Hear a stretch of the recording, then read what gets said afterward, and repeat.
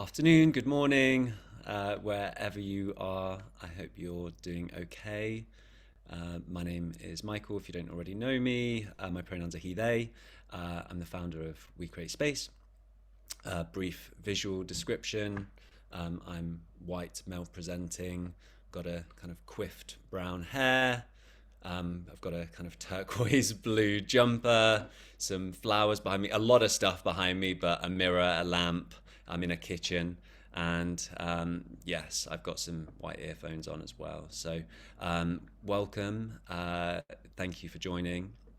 We're here to discuss today our first annual Pride events, which are taking place kind of this summer. So we've got a virtual pre-Pride summit taking place on the 13th of May, and then a post-Pride retreat happening 4th to the 6th of July. Really, this is just an opportunity that we saw speaking to many of our clients who, and many of our community members as well, who really voiced their own challenges around Pride season, and specifically kind of the exhaustion that takes place, but also the lack of support that's needed in order to effectively drive change within organizations, within communities. We know that there is a lot of emphasis on the season, but really the effort needs to be more year round. However, that doesn't mean that we can't escape the fact that there are a lot of eyes on the community during that time, and really the pressures of being a visible queer leader are amplified. And so, listening to these challenges, we really wanted to present our solutions. And so we've come up with this summit, which is taking place in May, around Ida Hobbit, during kind of Mental Health Awareness Month, and it's going to be taking place online to kind of make it accessible to a global audience. But we are really kind of privileged to have such incredible speakers joining us, and we've got some of them here today as well. So before we kind of get started, I'm gonna ask everyone to maybe just introduce themselves. So maybe I'll start with you, Malis. Hey everyone, hey team, it's great to be here. Yes, it's quite exciting from my part. Just a bit of a visual description. My name is Melis. I use she, her pronouns. I'm currently sitting in the birdcage, what looks like a birdcage, but is actually a chair. I'm a Black woman, whatever that may look like these days, but I wear an afro, and I'm wearing something that looks like a tunic white, but I'm very excited to be here. So I think for me, in creating this program, and this is my position, it was effectively came down to this idea of gathering our community together, also basing ourselves on the insights that we collected throughout Pride last year. What were the main challenges that came up, and how we could, in our own way, present a solution. Not to say that what the offerings that are out there currently, and we will come to see throughout Pride, are not also important, but our emphasis is around queer leadership, is around safeguarding leaders within community, within corporates. And so I'm super excited to talk a bit more about this program with the help of the team that we've got here today. So I'm not going to take on too long. I'm going to pass over to you, Chloe, to introduce yourself. Hi, Malis. Hi, everyone. My name's Chloe. I have Albany straight hair that's tied back. I'm Black. I'm a cisgender woman. I'm wearing a navy blue jumper. I'm an ambassador for We Create Space. I am head of social impact for Lucky Generals. It's a creative agency. And then I volunteer within the LGBTQ plus space, and I identify as bisexual, and I'm a working parent. So yeah, I'm really pleased to be having this conversation. They're always really epic conversations through We Create Space, but I think very necessary right now. And yeah, I'm excited to get into it. And David, I'm going to pass over to you. Thanks, Chloe. Hi, I'm David and I go by he, him. I am Malaysian Chinese with usually a big smile on my face. I wear a golden rim, a set of glasses, and have freshly permed hair just a few weeks ago. And I'm just sitting from my home against a blue backdrop of mountains or waves, if that already offers some calm, hopefully, to those listening. I work predominantly within the wellness industry as a yoga teacher and also a movement facilitator. And I think my biggest passion within this conversation is to center the bodily experience. How can we physically find space to sustain ourselves, especially when navigating such an intense season that is Pride? And yeah, I look forward to sharing a little bit of exercises and maybe invitations to help us tap back into our physical self. I'll pass over to Eva. Thanks, David. Hi, everyone. My name is Eva Echo. My pronouns are she, they. I am an activist. I sit on the Crown Prosecution Service's hate crime panel, and I'm also head of communications and engagement for Birmingham Pride. I am a proud trans woman. I have long black hair. In the background, you can see my logo, which is a panda on a rocking horse against the trans background. I am Chinese. I've also just realized that my top is the same color as the background, which is beige. So there we go. I'm really looking forward to being part of this, purely because these conversations are needed. These spaces are vital for helping us to prepare ourselves for Pride, which is so important, but it's also a massive, massive toll on us as well. And things that we discussed today, there might not necessarily be a right or wrong answer, but that's the great thing about it. That discussion is what then leads us nicely into Pride. So on that, I shall pass over to Tash. Thank you. So I'm Tash, pronoun she, her. I am currently sitting in front of a nice turquoisey blue sky oceany background. I'm in a white roll neck top. I'm mixed race, so caramel coloured, I would say. Hair's in braids, tied back with a cute little scrunchie. I'm throwing it back to the 90s. I am a performer, professional singer, dancer and presenter, as well as being a full-time diversity and inclusion facilitator and speaker and consultant.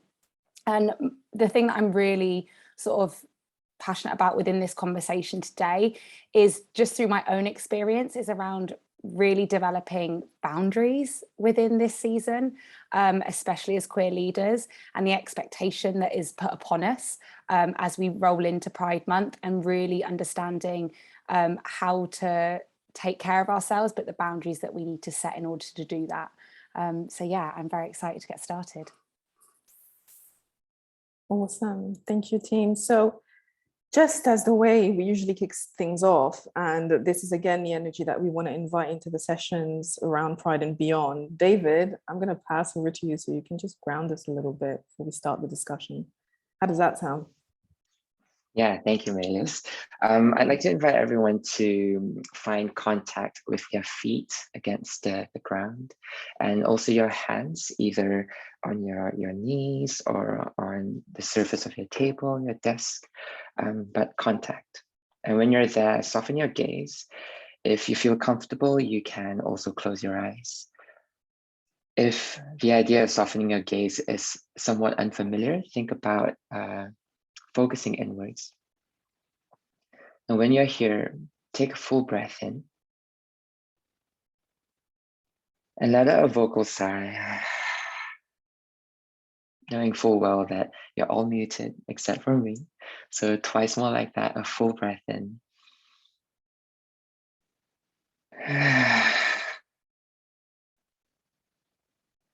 In your own time once more.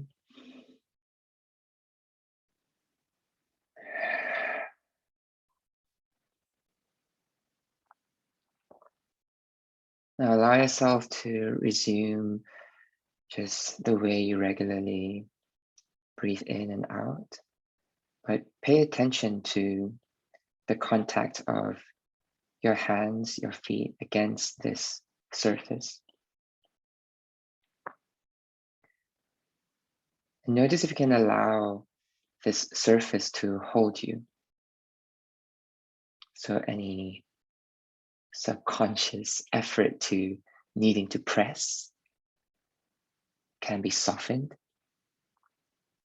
with just this feeling of trust that, oh yeah, I can let go because gravity is doing its thing and these surfaces are holding me.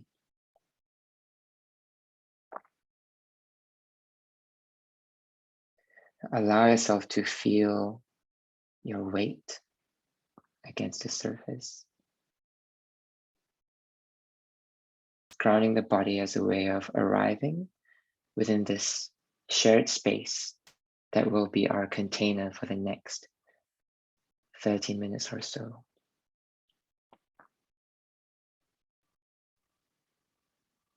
Pay attention to the way your clothings are landing on your skin.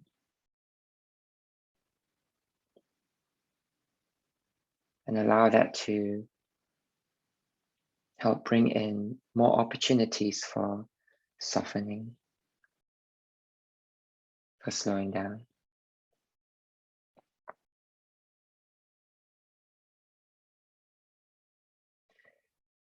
Now we'll take this final few seconds to bring our attention to our whys. So why did we choose to show up to this session?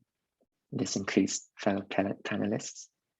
So our intention here, let that be at the forefront of your mind. And if you came in attending this session without any specific thought, I invite you to focus on the idea of openness, to receive anything that may be relevant or may be resonant to wherever you are in this moment. So with that, we take one breath in together and a breath out.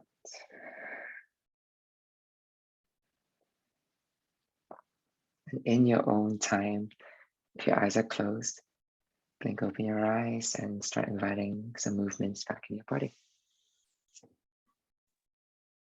Thank you, David. That was so beautiful. And I love how you even invited us to reflect about that why. And I think going back to you, Eva and Chloe, because I'll pass the virtual mic to you in a minute, but it brought me back to this thing you said, Eva, about the backpack when we're talking about leaders and self-care and well-being. And even as we approach Pride, it's not just about self-care and well-being, it's about the intentions that we hope to carry through and forward beyond Pride. And so for me, I really wanted to center this conversation around that and what that may look like. Both of you, Chloe and Eva, are part of this opening panel called Be the Change. And it's such a massive title in itself. But if we were to kind of break it down in your experiences as community leaders, as leaders within organizations, what would you say are the key things that you're reflecting on when it comes to some of the challenges as well that have cropped up in your experience as we approach Pride? Thanks, Baylis. To be fair, I think one of the things that I'm always conscious of is individuality, because when we approach Pride, we all have different goals, we all have different lives, different journeys, and it's undoubtedly, something that we focus on that first. What do we want for our individual communities? And we go into Pride seeking those answers, seeking to implement that change. And I guess as a leader, it's a very difficult situation because we have to kind of tie all these people together. We oversee so many different groups and we've got to cater for so many needs. And it's understanding the bigger picture of what is prioritized, what else we could do, how we can push others, most importantly, how we can unite through that discussion as well. And something that I always come back to is in the corporate space or even beyond that, this idea of rainbow washing, because it is something that has become an increased challenge over the years. For those who aren't aware of what rainbow washing is, it's where typically an organization or a corporation may adopt a pride flag during Pride season, kind of jump on board and say all the right things, post all the right things, and then come July, everything changes back. It's almost like it never happened. There's no real long-term commitment. But Pride is a protest that happens all year round, and the work goes on behind the scenes, whether there's a flag attached to it or not.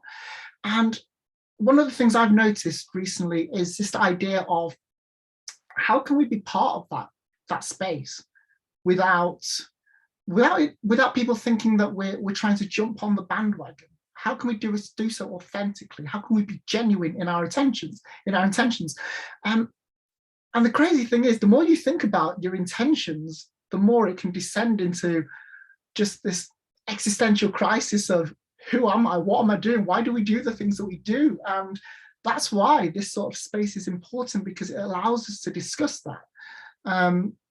One example I'd use is Lego, who created the Everyone is Awesome set. Personally, I loved it because growing up, for me, being creative, especially with Lego, was my outlet. That was my way of escaping into a world where I felt like I was in control of it, I belonged. And seeing that Pride set, I thought was amazing. But I understand at the same time, as much as it was a massive thing for Lego to kind of say, as a brand, we support the LGBTQ plus community, but they didn't contribute financially. I'm always acutely aware that as an activist, I don't want our community to be seen as always asking for money, that everything has a price tag attached to it, because we send the wrong message to everyone else by doing so. But at the same time, we do need money. And there is such a dilemma. Chloe, what do you think?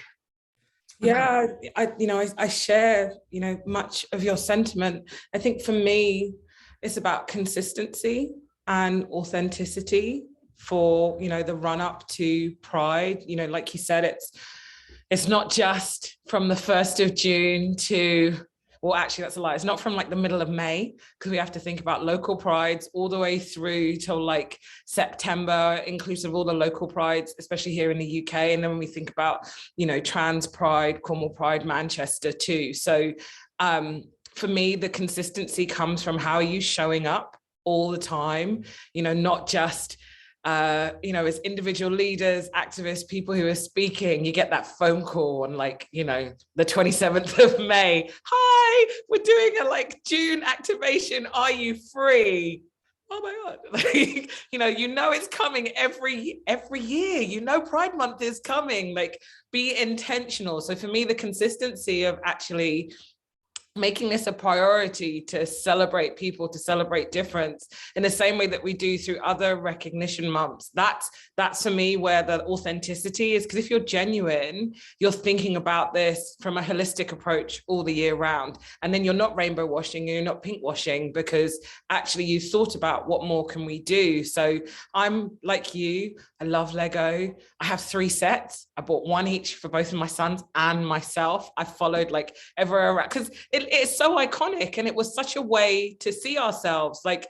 I will always applaud Lego, but I think that it's not, for me, I don't view it as it's about asking for money or having your hand out. What I recognize is the more marginalized you are, the more you have an opportunity, and people look to you to be these voices of change, to be these real instigators of movements, whether it be the Black and Brown movement or the LGBTQ plus movement. People look to that and they expect a certain level of expertise, and they don't compensate for time, they don't compensate for access, they don't compensate for what being part of those marginalized communities does for their communities. So for me, I don't look to it as, hey, pay us. I look to it as you are investing in something you are benefiting from, and I shouldn't have to ask for that. You should come with intention to be, I am supportive of your community. Therefore, when we're doing this,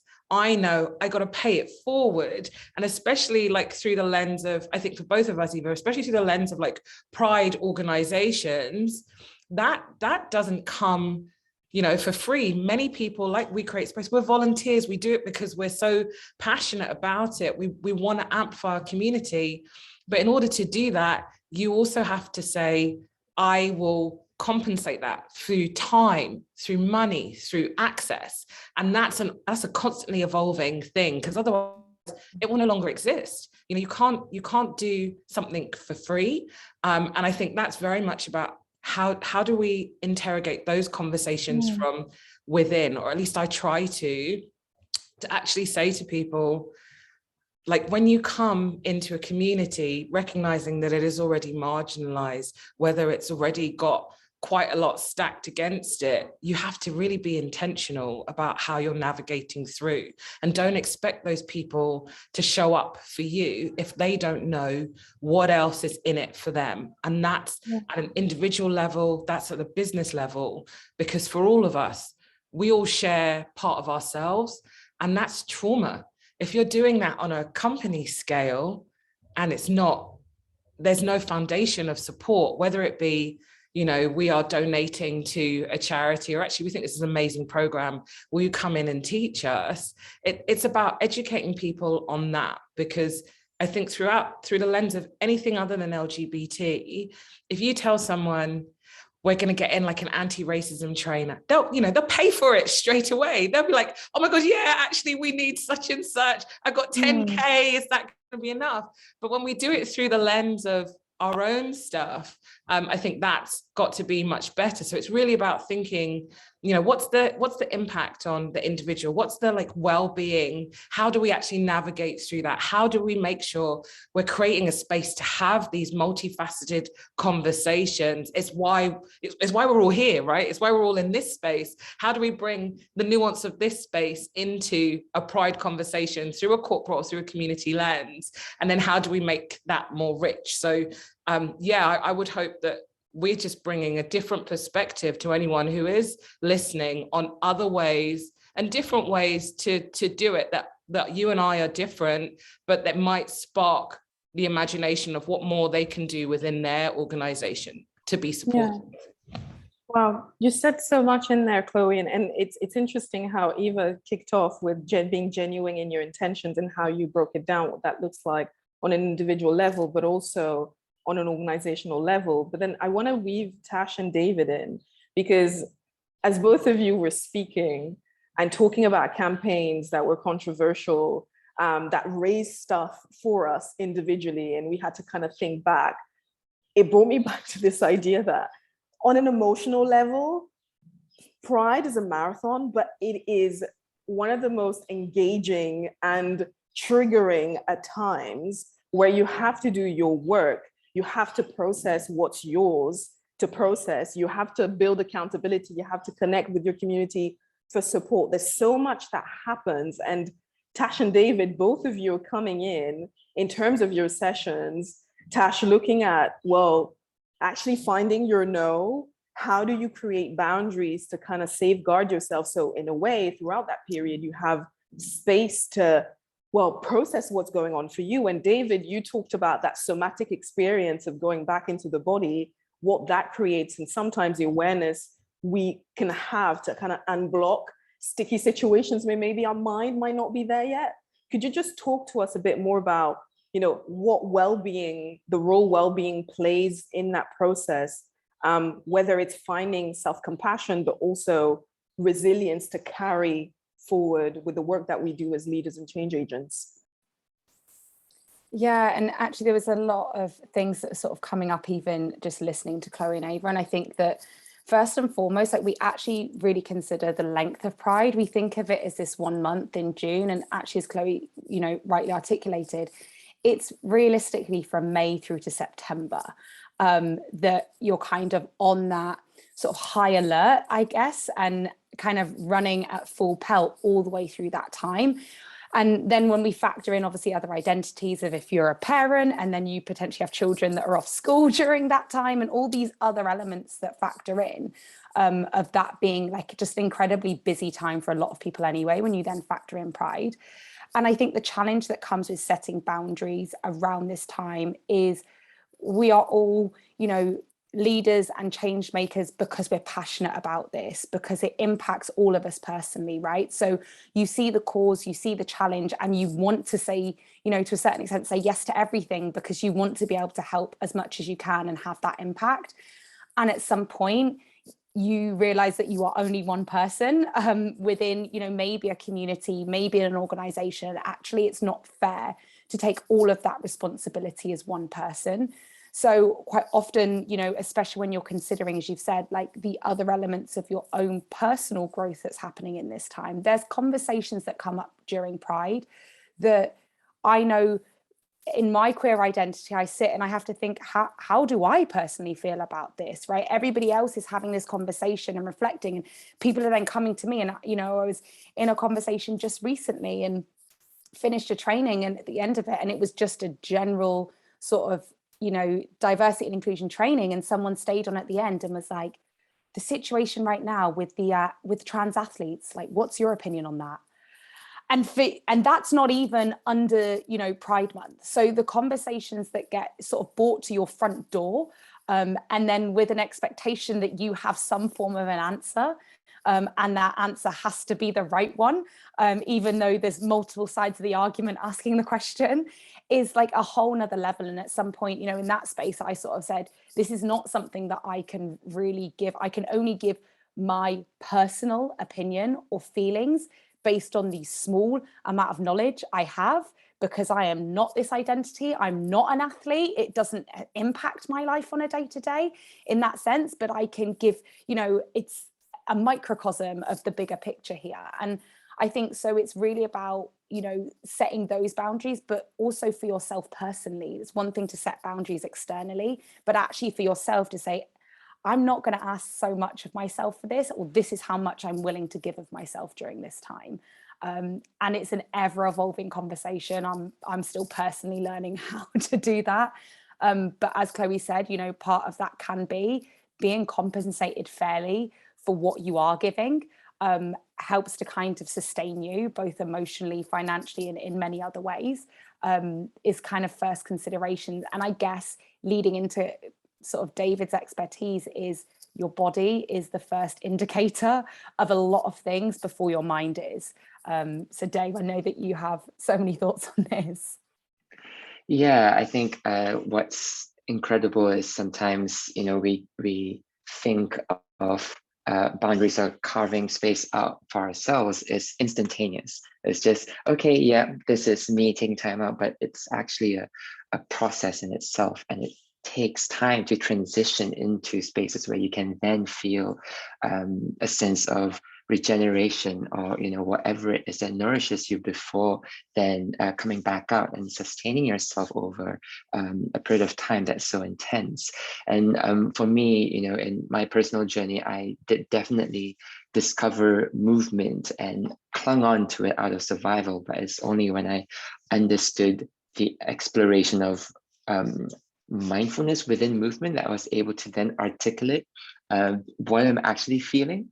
And so then I feel like just returning to the body helps us come back to this landing space as the first port of call, and then to then create a consistent practice of returning and returning and returning to the physical selves just takes away the complexity of anything that's thrown at you. When you come back to your breath, we go back to the simple stuff. And then from there, clarity typically surfaces. And I feel that's only when intention can then surface powerfully as well. And I think from the conversation between Chloe and Eva, the one word that came up to me is longevity, and, you know, where we place our attention. It's kind of, you know, if I were to talk about this in the context of a yoga class, I could notice students, you know, kind of doing this stuff. And then when it comes to moments of handstands or like headstands, everyone's just like hyper focused on just that moment. And I feel like Pride season is sort of like that, not just with the wider community, but also potentially, you know, those of us who are holding a lot of spaces where, you know, a lot of the energy is there. And is there a way where we can even out or diffuse the way that we are relating to these moments, so that there's a way we can find kind of a way of self-compensation as well. From the money end, I have nothing to add. Everything there is just like bang on. But I'm really curious about this idea of how do you compensate yourself? Like, how do you carve time out to just allow for that fulfillment and nourishment in this long, really, really long marathon that you're in? Brilliant. Thank you all so much. So I've got some questions here. So Eva, this is one for you actually initially. So it's kind of how important is it to bring together community organizations and corporates in one place around kind of Pride season? So specifically looking at kind of our events, we're bringing together leaders from not just private sector organizations, but also public sector, charity, non-profit. What do you expect to be the kind of benefit of doing that and meeting other people from different sectors? Yeah, it's so beneficial because, I mean, just look at the LGBTQ plus community. We're so diverse. We have so many stories. We have so many experiences. If we limit it to just certain organizations, then those stories will only travel so far. We will only hear and learn certain things. So the more we can invite, the more we can extend that invitation to others, the better, because we can network, we can discuss, we can talk about and consider things that we've maybe never even considered. Listening to Chloe, I feel so inspired. I mean, that was only what, 5-10 minute conversation, and I'm like, reframe it, that's it, you know, take back something and reframe it and then go back out there. And just like that, in that moment, I feel revitalized. Now imagine all these organizations coming together, discussing, sharing. We can trigger so many different thoughts, so many new possibilities that we would not have created or even begun to dream of without that open discussion, that frankness. So I encourage more people to get involved and to consider, joining up, because just think of how much we can do when we come together. And I think going back to resources, it ensures that they're being directed in the right places as well, and actually building long-lasting relationships. Chloe, coming to you from a kind of mental health perspective as a leader, how important is it to prepare for that season ahead? And have you actually found any other kind of services or solutions doing this? Where do you see the benefit of actually taking part in this, both the preparation side of the summit and then also the recovery rest side of the retreat? I'll be really honest, and I know you didn't plug this question, but this is actually a space where I would come to in pre-preparation. I don't think you can really prepare for Pride season no matter how much you think about it. It changes every single year.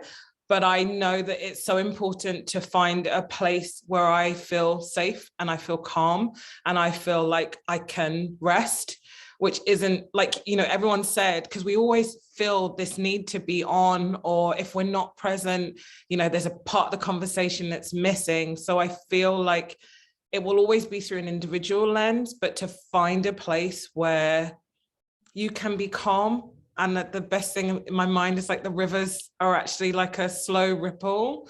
And for me, this is a space that I feel like I can do that.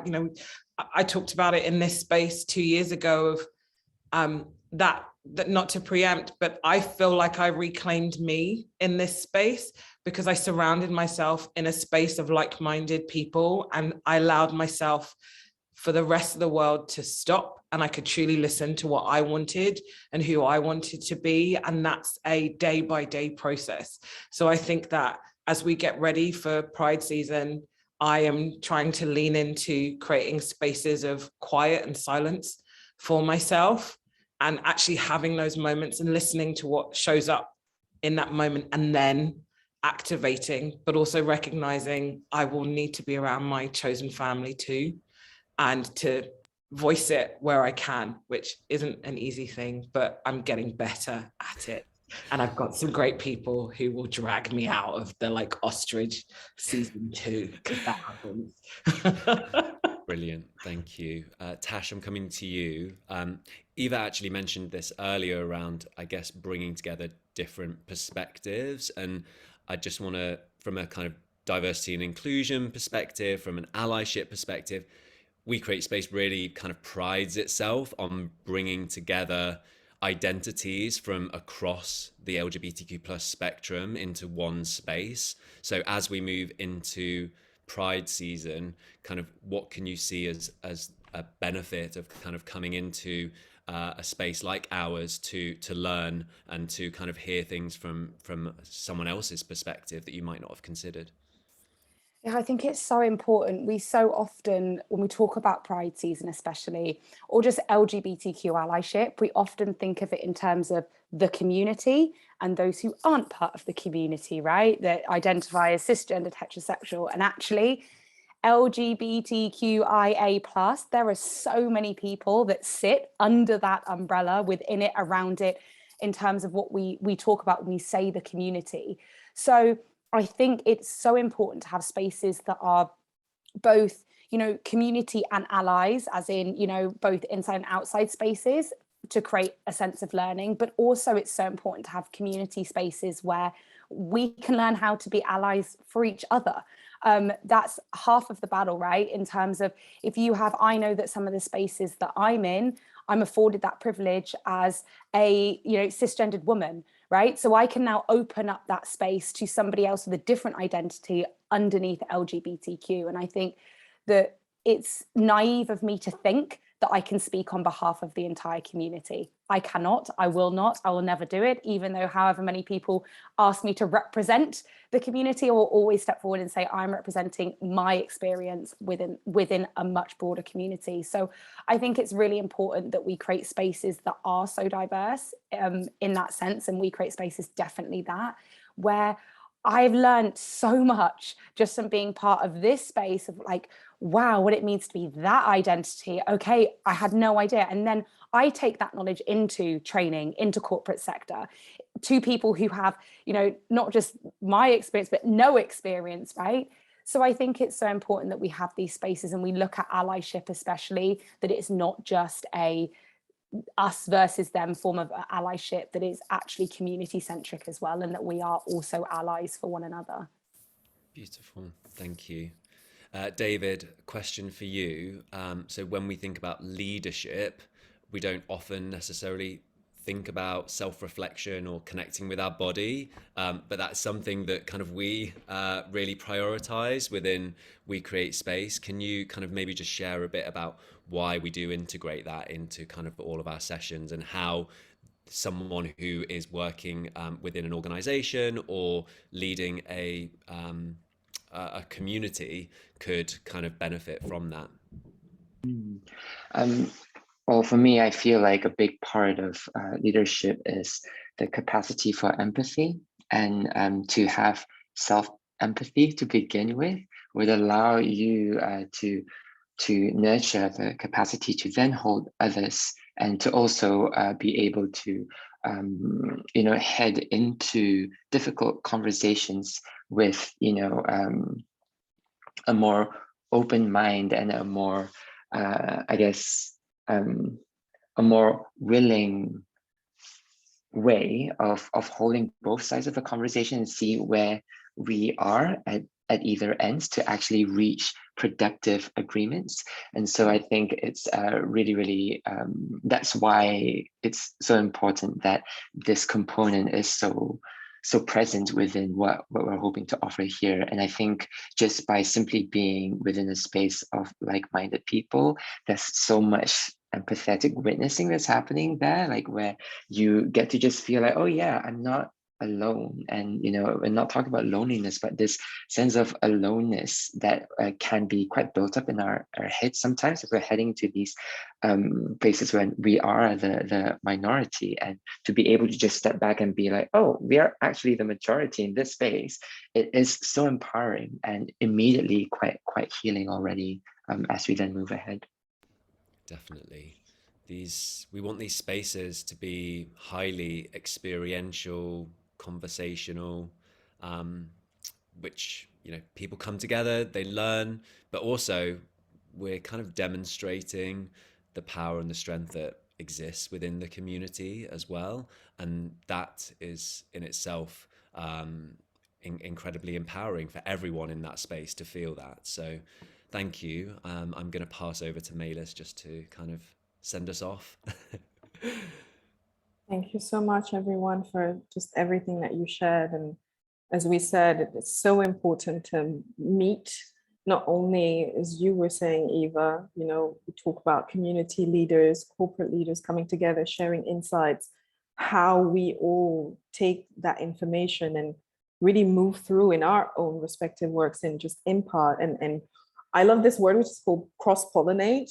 And it's like, if you imagine bees that kind of jump around and leave an imprint of, you know, all the little bits, all the little knowledge and intelligence that they gather around their experience to others. And that's how we create change. And I'm super excited for the first part of our Pride and Beyond events that we're creating. And that's on the 13th of May for the Pre-Pride Summit. So think of it as prep, but also another really deep plug into all of the powerful conversations that we encounter on a day-to-day, because we're not just seeing Pride as something that happens within a specific month, but on a 365, and that's really part of our identities as well. So really look forward to having everybody there.